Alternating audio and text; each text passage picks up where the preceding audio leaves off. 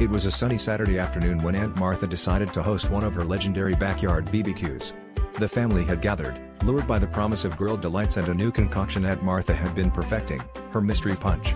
She claimed it was a secret recipe passed down through the generations, but everyone knew Aunt Martha had a flair for dramatics. As we arrived, the backyard buzzed with the sounds of laughter, chirping birds, and the occasional squawk from Aunt Martha's parrot, Rufus, perched on his usual spot by the grill. As the sun set and the punch bowl began to empty, an unusual transformation took over the party.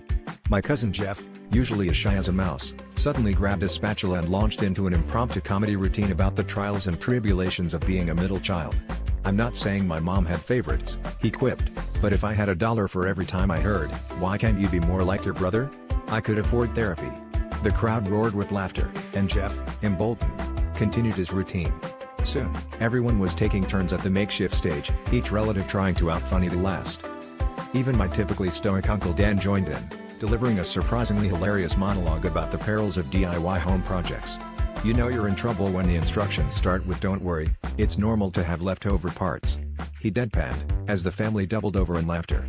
It was as if Aunt Martha's punch had unlocked a hidden wellspring of comedic talent.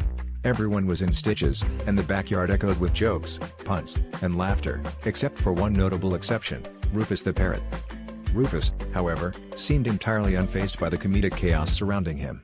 Instead, he continued squawking his favorite phrase, "This isn't my first rodeo." As the night wound down and the impromptu comedy club began to disperse, Aunt Martha approached Rufus with a knowing smile. "Well, Rufus," she said, "seems like you're the only one who didn't catch the funny bug tonight." Rufus tilted his head, squawked once more, and then added, "I guess you could say I'm on a different wavelength."